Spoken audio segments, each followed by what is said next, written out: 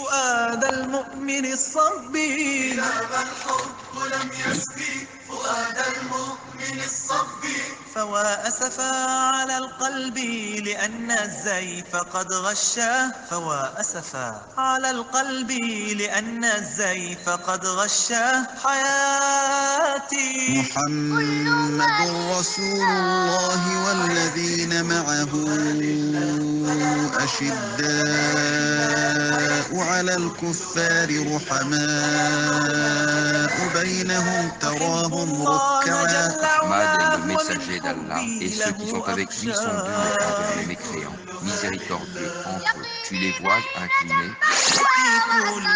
Écoutez l'histoire des compagnons, votre nouvelle émission sur Radio Nour avec l'imam Aboubakar Sidiki Sangari tous les samedis à 11h.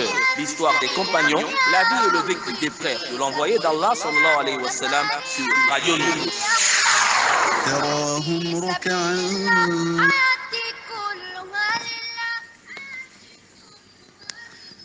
الحمد لله رب العالمين والصلاة والسلام على من أرسله الله رحمة للعالمين محمد بن عبد الله وعلى آله وصحبه ومن تبعهم بإحسان إلى يوم الدين أما بعد. أحبتي في الله، أحييكم بتحية الإسلام قائلا السلام عليكم ورحمة الله وبركاته. Aujourd'hui, samedi 24 juin 2017, 29 Ramadan 1438 de Hijra.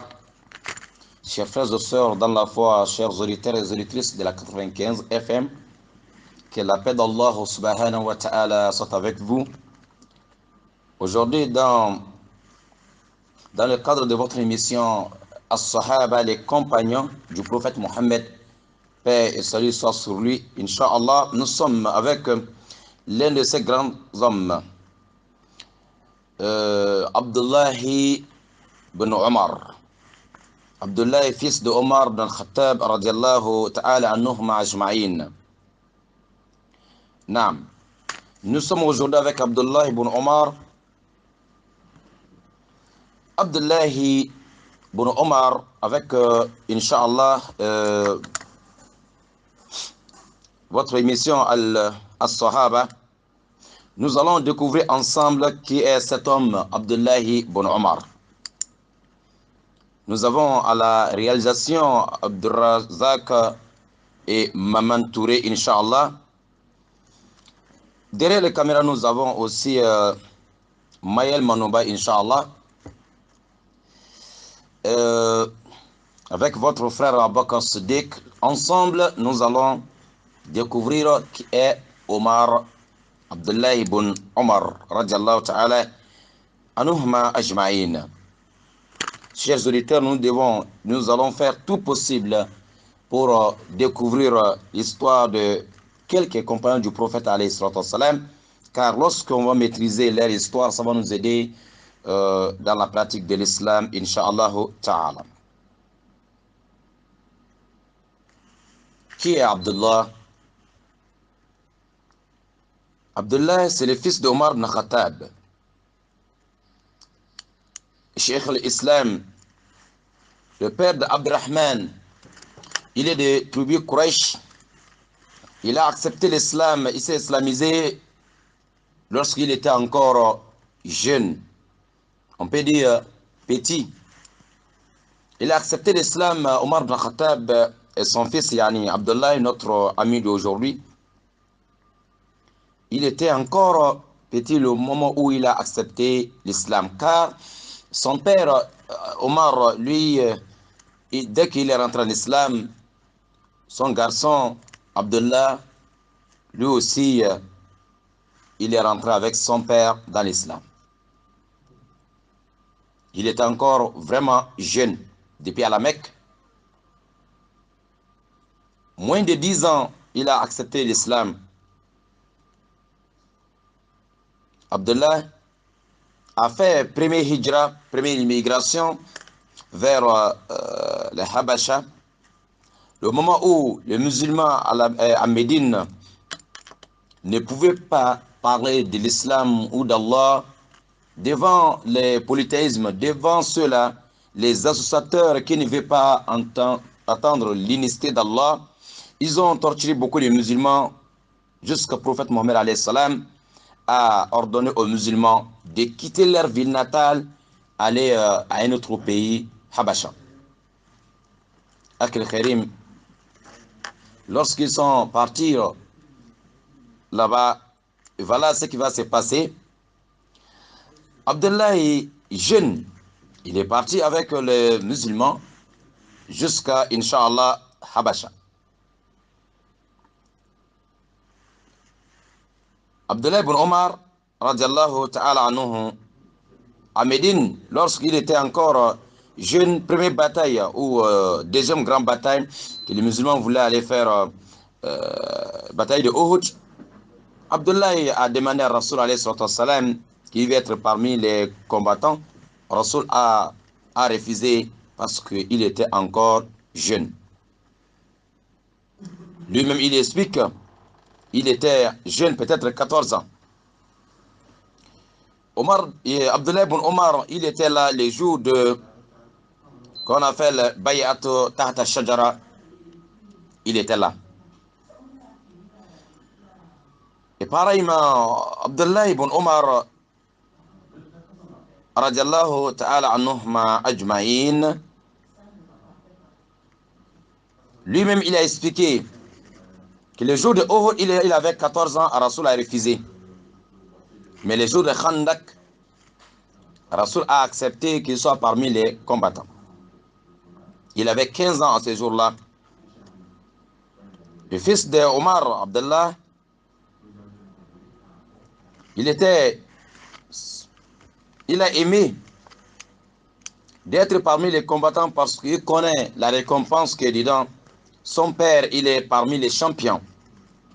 Dans l'islam, tout le monde connaît son père, Omar ibn Khattab. Oui, il est encore jeune, mais il connaît les valeurs de se battre pour la cause de l'islam. Naam. Rasul alayhi salatu wassalam, lorsqu'il a vu Omar, Abdullah ibn Omar, qu'il a aimé d'être parmi les combattants pour défendre la cause de l'islam, et encore beaucoup de jeunes, ce qui va se passer, Rasul a dit, comme vous êtes des jeunes, donc vous allez assurer la sécurité des femmes et les enfants, la famille. Donc Abdullah ibn Omar et quelques jeunes à son âge, si on part au combat, donc ceux-là sont à côté des femmes et des enfants pour sécuriser peut-être et encore pour surveiller aussi les affaires des autres. C'est une façon de lui entraîner la responsabilité.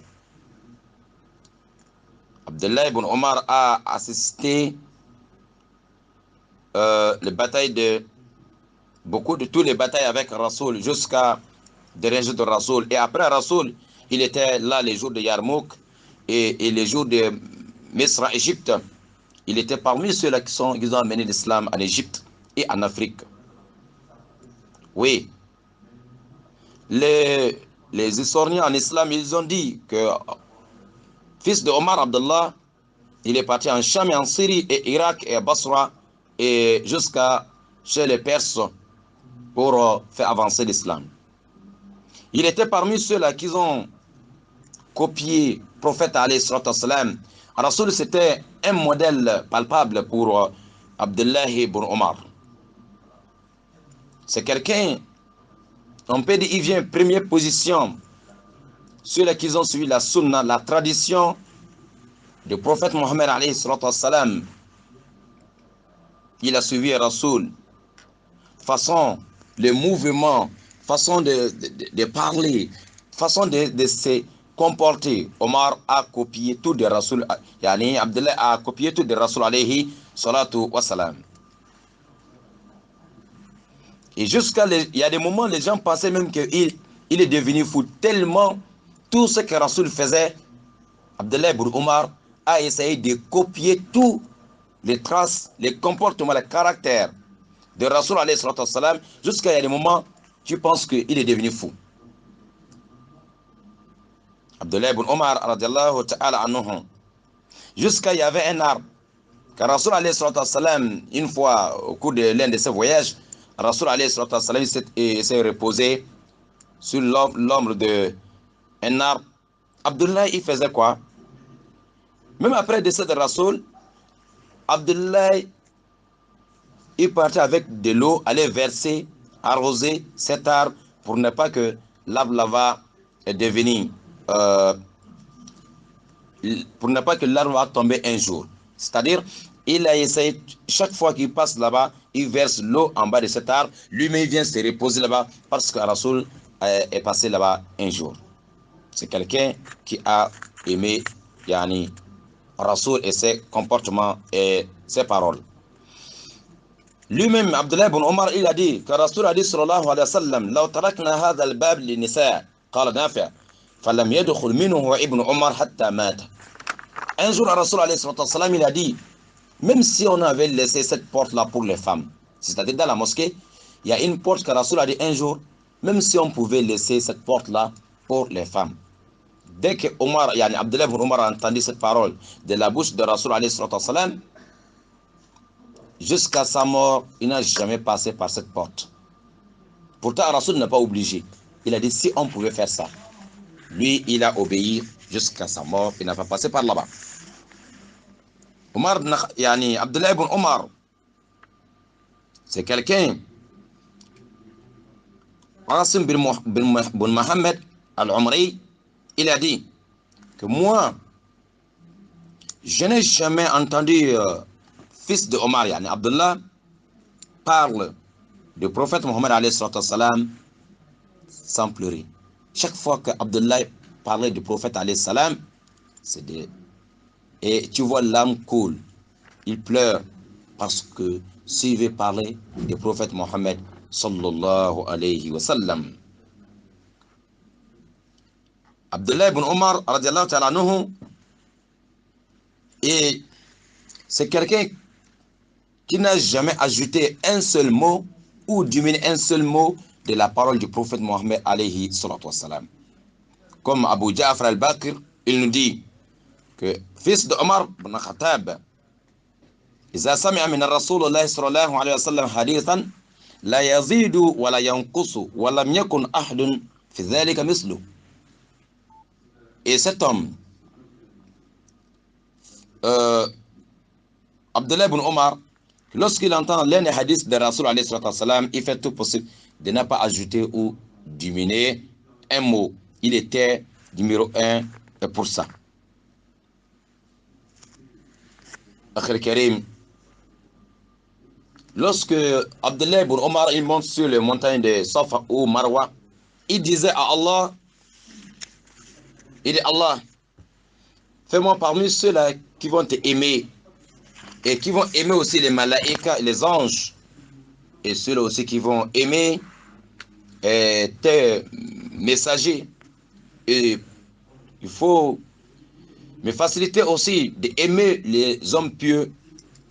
Encore, Allah, je te demande de faire en sorte que les anges, ils vont aimer et encore être messagers. Je demande aussi ton amour, Allah, je veux que tu m'aimes aussi. Il faisait cette dua là sur les montagnes de Safa et Marwa au cours des pèlerinages et les Umrah. Naam, fils d'Abdullah, Omar, Abdullah ibn Omar, c'est quelqu'un, à l'époque de Rasoul alayhi salam, si quelqu'un fait un rêve, il vient dire à Rasoul alayhi salam, j'ai vu tel rêve, j'ai fait comme ça tel rêve dans la nuit. Rasoul explique à tout le monde. Mais Abdullah ibn Omar, il disait tous les jours, ah, moi aussi je vais rêver, je vais voir quelque chose dans les rêves, et puis je vais expliquer au prophète, il va m'expliquer. Mais Dieu a fait un jour, cet homme, en tant que jeune garçon célibataire, il a expliqué, il dormait dans la mosquée du prophète alayhi salatu wassalam, jeune célibataire, fils de Omar. Un jour, il a vu dans les rêves, il y a des anges qu'ils ont venu lui se lever, on a mené Abdullah dans le feu de l'enfer. Il a vu le feu de l'enfer et il a vu beaucoup de gens dans l'enfer, que les gens aussi que lui, il connaissait déjà. Voilà ce qui va se passer. Il a commencé dans les rêves à demander la protection d'Allah contre le feu de l'enfer. Il disait, A'udhu billahi minan nar. Allah, je demande la protection d'Allah contre le feu de l'enfer. Automatiquement, il y a un autre ange, Malak, qui est venu dire fils de Omar Abdullah, il dit, Ya Abdullah, faut pas avoir peur. Faut pas avoir peur. Et dès qu'il s'est réveillé, il a expliqué ça au prophète Mohammed alayhi salam. Dans un riwaya, Rasul a dit, Inna Abdullah rajulun salih. Et Abdullah, il est parmi les hommes pieux. C'est un homme bien.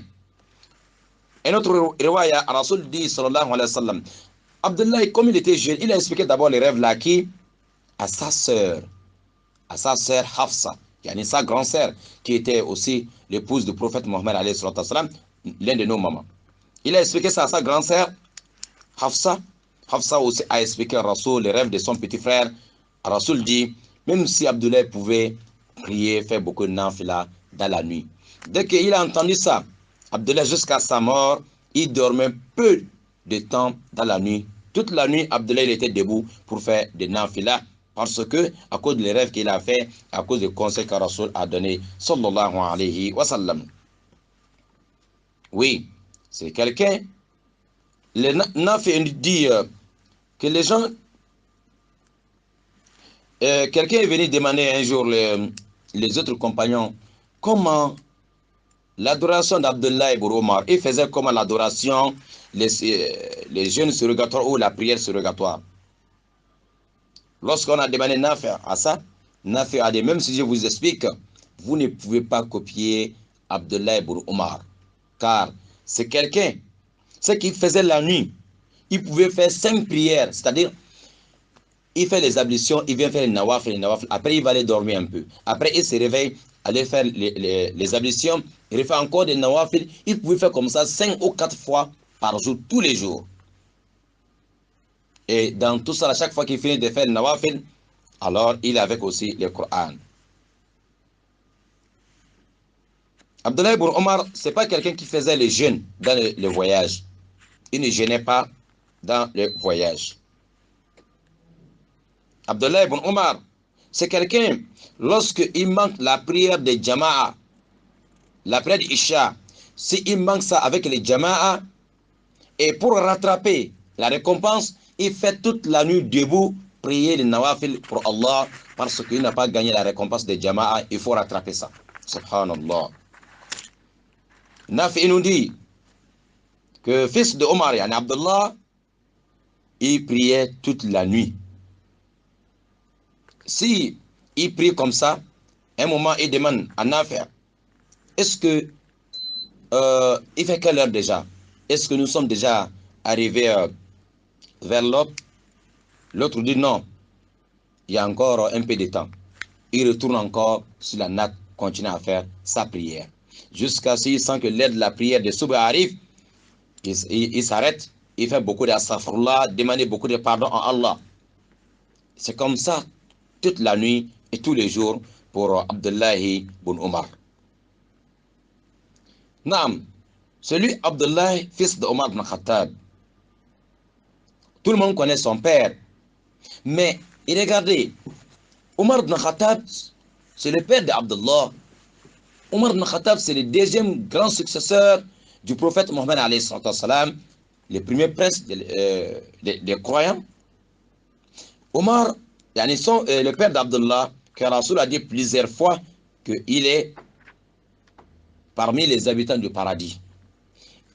Vous savez, son père, Omar, lui, si le Satan voit Omar en train de passer par tel coin, Satan prend un autre chemin. Mais avec tout ça là, voilà son fils Abdullah, il n'a pas dit que mon père, il est comme ça, moi je ne dois pas me fatiguer encore. Il faisait quoi? Comme on voit beaucoup de personnes, beaucoup de gens aujourd'hui qui se disent, nous sommes des descendants d'Al-Hussein, nous sommes des descendants d'Al-Hassan. Donc même si on ne prie pas beaucoup, nous sommes des descendants de tel wali, nous sommes des descendants de tel imam, nous sommes des descendants de tel cheikh. Alors, mon père était imam, mon grand-père, il avait mémorisé le Coran. Même si je ne fais pas ça, même si je fais ça, mon grand-père est là, mon wali est là. Je suis des descendants de telle famille et ça suffit. Ces gens-là, ils ne prient pas bien. Ils ne gênent pas. Ils ne laissent pas les péchés en disant que mon parent, mon père, mon grand-père, mon wali, mon cheikh. J'ai un cadeau pour ceux-là. Écoutez d'abord le prophète Mohammed alayhi salam. Ces gens-là, ils ne laissent pas les péchés en disant qu'ils ont des grands-parents qui ont mémorisé le Coran. Et ils sont en train de combattre la religion d'Allah subhanahu wa ta'ala avec ces gens des attitudes, des comportements. Le cadeau que je vais donner à ceux-là, prophète Mohammed alayhi salam, écoutez ce qu'il va dire à sa fille bien-aimée Fatima radhiyallahu ta'ala anha. Le prophète dit quoi à Fatima, sa fille? L'unique enfant qui restait après Rasoul alayhi salam, Fatima, qui est décédé aussi 6 mois après le décès de Rasoul sallallahu alayhi wa sallam. Rasoul disait à Fatima, il dit à Fatima, anqizi nafsik minan nar fa inni la amlik lakum min Allahi shay'a. Lorsque le prophète dit à sa fille Fatima, ya Fatima, protège ta propre personne des feux de l'enfer, parce que moi, Mohammed, je ne peux rien faire pour vous au jour du jugement dernier. C'est pas moi qui va te sauver. À chacun de vous de chercher à sauver sa propre personne, protéger sa propre personne en faisant des biens, en s'éloignant aussi des mal. C'est Rasoul, meilleure créature d'Allah, dernier prophète d'Allah, première personne qui va rentrer dans le paradis avant les autres prophètes. Si il dit comme ça à sa fille, combien de fois nous, on dit mon père était l'imam de notre village, je ne dois plus écouter quelqu'un. Mon grand-père, celui qui était maison de notre mosquée, je ne dois plus écouter quelqu'un. Même si je ne fais pas beaucoup de prières, je suis derrière un wali. Notre cheikh a dit comme ça. Notre grand-parent a dit comme ça. Je suis des descendants d'Al-Hassan ou Al-Hussein. Écoutez ce que le prophète dit à sa fille Fatima bien-aimée. Subhanallah. Il dit Fatima, fais tout possible pour préserver ta propre personne des feux de l'enfer. Alors, ce que tu vas faire, ce que tu vas trouver devant toi là-bas. Ce que mon père a fait, il va gagner ça devant Allah. Ce que je fais, je vais gagner ça auprès d'Allah. Ce n'est pas le travail de père de quelqu'un qu'on va prendre pour donner à l'enfant. Non. À chacun de se battre pour protéger sa propre personne des feux de l'enfer. Comme on dit, le salut est personnel. Ce qui est demandé à chacun de nous de faire tout possible de s'approcher d'Allah subhanahu wa ta'ala en faisant le bien et de s'éloigner de tout ce que Allah le Très-Haut a interdit. Chercher à protéger sa propre personne des feux de l'enfer. Chercher la miséricorde d'Allah et son paradis. Non. Abdullah ibn Omar, il n'a pas dit que mon père Omar est comme ça. Il faisait tout pour lui. Parce que c'est ce que son père a fait. Ce qu'Omar a fait, c'est pour Omar. Mais ce que lui, Abdullah, il va faire, ça sera pour lui. C'est quelqu'un, chaque fois qu'il va rentrer là où il faisait ses prières la nuit, il commence à pleurer comme un oiseau. Quand tu vois Abdullah, tu le vois mouillé avec des sueurs, avec des larmes. On dirait un oiseau mouillé avec la pluie. Subhanallah. Il s'est fait petit devant Allah. Et ses habits sont mouillés des larmes. Naam. Il était comme son père. Il avait la crainte d'Allah subhanahu wa ta'ala. En public comme en privé, il avait la crainte d'Allah subhanahu wa ta'ala. Akhir Karim. C'est quelqu'un, Abdullah ibn Omar, il a fait sa vie dans l'adoration d'Allah subhanahu wa ta'ala. Regardez un jour, tellement il était modeste, dans tout ça là, il était modeste. Autrement dit, il était aussi un modèle. Un jour, il était avec ses amis, quelques compagnons, et Abdullah ibn Zubayr et Urwa et Mus'ab avec lui-même Abdullah ibn Omar. Les quatre là, un jour, ils sont là. L'autre dit, moi, je souhaite d'être un successeur, c'est-à-dire dirigeant des musulmans un jour. C'est ça Abdullah ibn Zubayr qui dit. Urwa lui dit, moi je souhaite avoir beaucoup de connaissances que les gens viennent apprendre chez moi. Troisième personne dit, Mus'ab, il lui dit, moi, c'est que moi je pense, je vais être gouverneur de l'Irak. Deuxième chose, je vais épouser Aïcha bint Talha wa Sakinata bint al-Hussein. C'est-à-dire d'épouser des jeunes femmes. Il y a une femme que lui, il voulait épouser, Aïcha, fils de Talha. Donc, voilà ce qui était dans la tête de Mus'ab. Et Abdullah ibn Omar, ce que lui, il souhaitait, c'était le pardon d'Allah.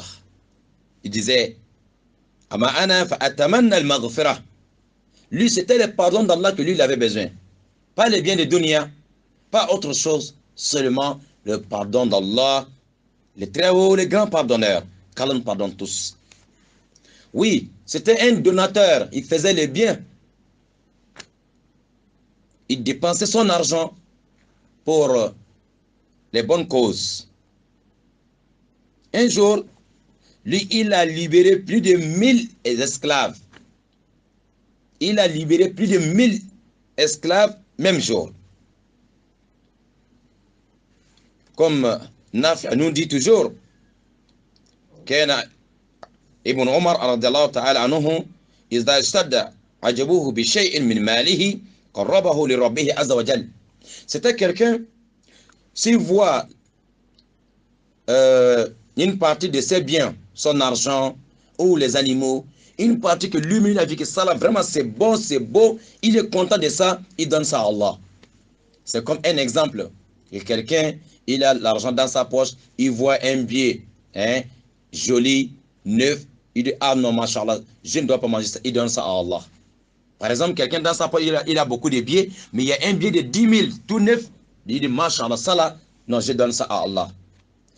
Et c'est comme ça il était. Quand il voit quelque chose de ce bien qui est bien et beau, il donne ça à Allah subhanahu wa ta'ala.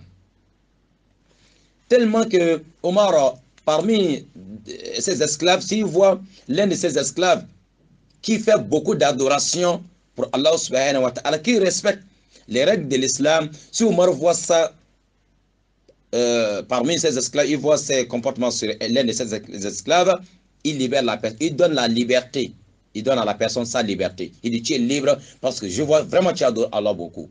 Donc, ces esclaves, ils ont compris ça. Il y a d'autres qui faisaient comment? S'ils ont besoin de la liberté, ils vont s'approcher de la mosquée. Tous les jours, ils sont dans la mosquée. Tout ce qui est bien dans l'islam, ils vont essayer de faire beaucoup de bien. Si Omar voit ça, Omar dit, tu es libre. À partir d'aujourd'hui, je te donne ta liberté. Les gens sont venus dire à Omar, ya Omar, tes esclaves en train de te tromper. Donc, Omar dit, s'ils me trompent dans l'adoration à cause d'Allah, je les laisse aussi, je donne la liberté. Parce qu'il ne m'a pas trompé dans les péchés, il m'a trompé dans l'adoration d'Allah. Donc, tout ça, c'est à cause d'Allah, je donne la liberté à la personne. Il avait trop aimé les pauvres. Oui. Tellement il dépensait son argent sur les pauvres jusqu'à il devient un ami des pauvres. Tellement il avait trop pitié des pauvres. Il donne beaucoup aux pauvres de ce qu'Allah lui donne. Il était un grand connaisseur aussi. Dieu aussi avait donné la sagesse à Abdullah, fils de Omar ibn Khattab. Naam. Un jour, quelqu'un a écrit une lettre à Omar.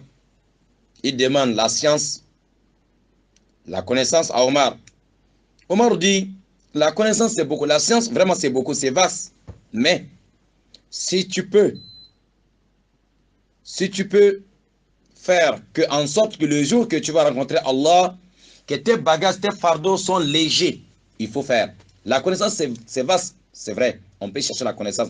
Mais si tu peux faire en sorte, si tu peux diminuer tes bagages, alléger tes bagages, comme ça les jours que tu seras en face d'Allah, que tu n'as pas beaucoup de fardeau sur ton dos, c'est-à-dire il veut parler des péchés. Fais tout possible de diminuer tes péchés avant de te freiner devant Allah subhanahu wa ta'ala. Si tu peux diminuer tes péchés, diminuer tes fardeaux, tes bagages, descendre des humains, c'est-à-dire de ne pas faire l'injustice envers les créatures d'Allah, car le péché qui est entre nous et Allah, Allah, il est capable de pardonner tout. Mais ce qui est entre les créatures, ce n'est pas à Allah le Très-Haut de pardonner ça. Si je fais quelque chose à mon frère, c'est à moi de demander pardon, des excuses à mon frère, il doit me pardonner. Mais ce n'est pas Allah qui doit pardonner ça. Ce qui est entre les créatures, on doit se pardonner. Sinon, Allah lui-même, ce qui est entre nous et Allah, parce qu'il y a des types de péchés, il y a des catégories de péchés, ce qui est entre les créatures et les créateurs, ce qui est entre les créatures eux-mêmes. Allah pardonne ce qui est entre nous et lui lorsqu'on lui demande pardon. Mais ce que tu as fait à ton frère, à ta soeur, tu as fait l'injustice envers les gens, tu as fait pleurer les gens, tu as mis les gens en prison, pourtant tu sais que c'est des mensonges, alors c'est à ceux-là et tu dois présenter tes excuses à ceux-là, pas à Allah. C'est pas à Allah de pardonner ça. Et Abdullah ibn Omar dit, si tu peux diminuer tes fardeaux de ces genres de péchés, les péchés qui entre toi et les créatures, et de aussi purifier ton ventre de l'argent des gens, encore alors maîtriser ta langue, de ne pas critiquer les gens, gaspiller les noms des gens, de ne pas gaspiller les dossiers des gens. Si tu peux aussi faire ça, il faut faire ça. Et encore, d'être là où la majorité ont choisi. S'il y a des groupes, il faut toujours voir là où il y a des majorités. Et toujours, généralement, les majorités, ils sont là où il y a la vérité. Si c'est des choses, par exemple, les jugements de l'islam, par exemple, sont dit, voilà tel jugement dans l'islam, mais les majorités ont choisi ça. Donc, il faut être toujours là-bas. S'il y a 10 savants, parmi les 10, il y a 7 qui ont dit, bon, tel jugement doit faire comme ça. Les 3 autres ont dit comme ça, il faut être parmi, alors, les majorités. Voilà une histoire de Omar ibn Khattab, Abdullah ibn Omar, avec un berger. Il partait à la Mecque. Qui nous a rapporté cette histoire? L'un des Sahaba, qui a dit que le fils de Omar, Abdullah, il est sorti avec Abdullah ibn Dinar pour aller à la Mecque. Ils ont trouvé un berger, un jeune garçon qui est en train de garder les moutons des gens, un esclave. Omar a essayé de tester la foi de ce berger, ce jeune garçon. Omar dit, il faut me vendre l'un de tes moutons. Le jeune il dit, moi je ne suis qu'un berger, un esclave, j'y travaille pour quelqu'un. Je suis un esclave, je n'ai pas la permission, l'autorisation de vendre l'un de ces moutons parce que ce n'est pas pour moi. Je ne peux rien faire, donc je ne peux pas te vendre les moutons. Abdullah ibn Omar dit, il faut dire, tu me vends ça, mais tu vas aller dire à ton maître que les lions, les animaux, ils ont bouffé l'un des moutons. Comme ça, ton maître ne peut pas savoir. Il faut le dire comme ça. C'est là le berger dit à Omar, alaysa Allahu bi shahidin kayfa akhunu al-amanata wa abi'aha lak ayna Allah ya sayyid. Le berger dit Omar, oui, je ne vais pas aller mentir devant mon maître, mais Allah est témoin de ce que j'ai fait. Ce que je vais faire, est-ce que Allah ne nous voit pas? Allah n'est pas témoin de ce que j'ai fait? Il a dit à Omar, comment je vais trahir la confiance que mon maître m'a confiée? Il m'a confié ces moutons à les garder, mais pas pour vendre. Je ne peux pas le trahir. Allah est où? Donc, je ne peux pas le trahir à cause d'Allah subhanahu wa ta'ala. C'est là Abdullah ibn Omar dit,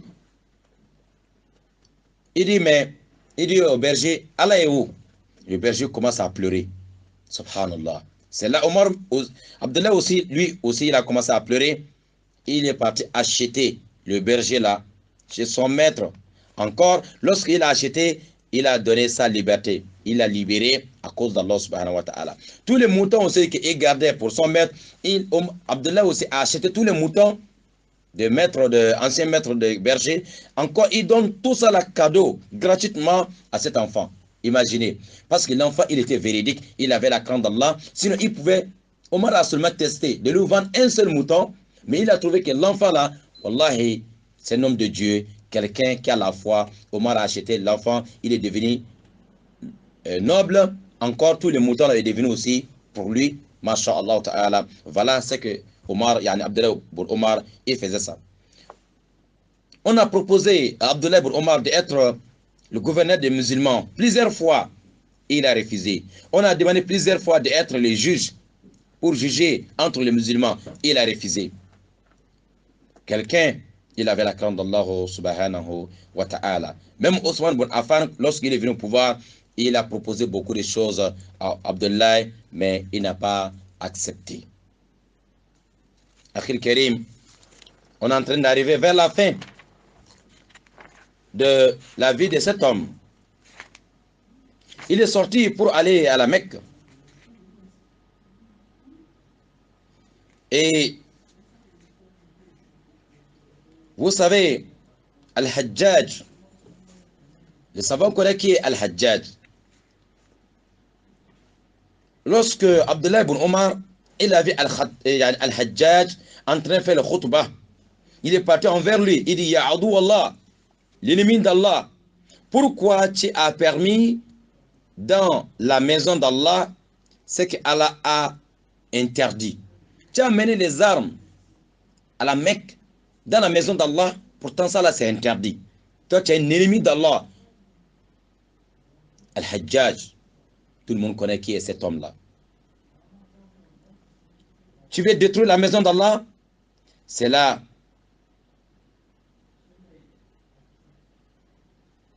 Et Al-Hajjaj, il a fait quoi? Lorsque Omar, le fils de Omar, il s'est retourné, Hajjaj a envoyé l'un de ses bras droits pour aller frapper fils de Omar, Abdullah, avec un épée empoisonnée. C'est ça que Hajjaj a fait. Il a envoyé l'un de ses bras droits avec un épée empoisonnée. Lui aussi, il a frappé Omar avec ça. Omar, Abdullah, fils de Omar, parce qu'il a dit la vérité à Al-Hajjaj. Voilà. Abdullah, il est tombé malade quelques jours à la Mecque là-bas. Parce que l'épée était empoisonnée, il a été blessé. Dès que c'est touché son sang, le poison là, la maladie a fait tomber le fils de Omar. Il est décédé à la Mecque. Il a été aussi enterré à la Mecque. Et Hajjaj, lorsque Hajjaj est venu pour lui rendre visite en tant que si quelqu'un est malade, tu vas lui saluer. Hajjaj est venu pour lui saluer, il était malade. Lorsque Hajjaj a fait assalamu alaikum, le fils de Omar n'a pas répondu la parole de Hajjaj. Parce qu'il savait que c'est Hajjaj qui avait envoyé quelqu'un pour aller lui faire ça. Et c'est comme ça, Hajjaj, et il a celui qui a assassiné fils de Omar ibn Khattab. Naam. Et c'est comme ça, Al-Hajjaj, celui qui a commis ce crime, fils de Omar, il est décédé à la Mecque. Alors, 73e année de Hijrat al-Rasul sallallahu alayhi wa sallam, ce qui veut dire après 63 ans de décès de Rasul alayhi wa sallam, que Abdullah ibn Omar a été assassiné alors par Al-Hajjaj parce qu'il a dit la vérité à la Mecque. Tous les hadiths qu'Abdullah, fils de Omar, a rapportés, 2630 hadiths. 2630 hadiths, c'est ça qu'il a rapporté. Radiallahu ta'ala anhum wa ani sahabati ajma'in, insha'Allah ta'ala. Voilà quelques mots sur la vie de cet homme, ce grand homme, fils de Omar ibn Khattab, Abdullah ibn Omar, radiallahu anhu ajma'in, wa ani sahaba. Chers frères, chers auditeurs, inch'Allah, nous allons stopper la première partie ici. Peut-être soit nous rester, inch'Allah, 5 minutes ensemble pour rendre l'antenne, inch'Allah ta'ala, qu'Allah les très hauts nous facilite la bonne compréhension, qu'il nous facilite d'être parmi avec ce sahaba, avec le prophète Mohammed alayhi salatu wassalam, dans le Jannat al-Firdaus. C'était votre frère Abu Bakr Siddiq Sangaré à la radio Nour. Inch'Allah ta'ala, on se donne rendez-vous, Inch'Allah, samedi prochain sur la vie d'un autre sahaba, un autre compagnon, Inch'Allah ta'ala. Aujourd'hui, 29 Ramadan, ça peut être le dernier jour du mois de Ramadan ou avant-dernier jour, c'est Allah seul qui connaît. Inch'Allah, on attend jusqu'à 18h, voir ce que on va trouver dans le ciel, si la croissance lunaire, ou bien on va écouter aussi l'Arabie Saoudite, toujours, Inch'Allah, comme d'habitude. On demande à Allah tout ce qu'on vient de faire dans le mois de Ramadan, qu'Allah accepte. Dans tous les mosquées, le Coran a été terminé la nuit, Inch'Allah, d'hier, voilà, hier soir. On demande à Allah tout ce que les imams ont invoqué. Ils ont demandé à Allah pour nous tous, pour le pays et pour tout le monde. On demande à Allah d'accepter, Inch'Allah. Wa hadha wa salamu alaykum wa rahmatullahi wa barakatuhu.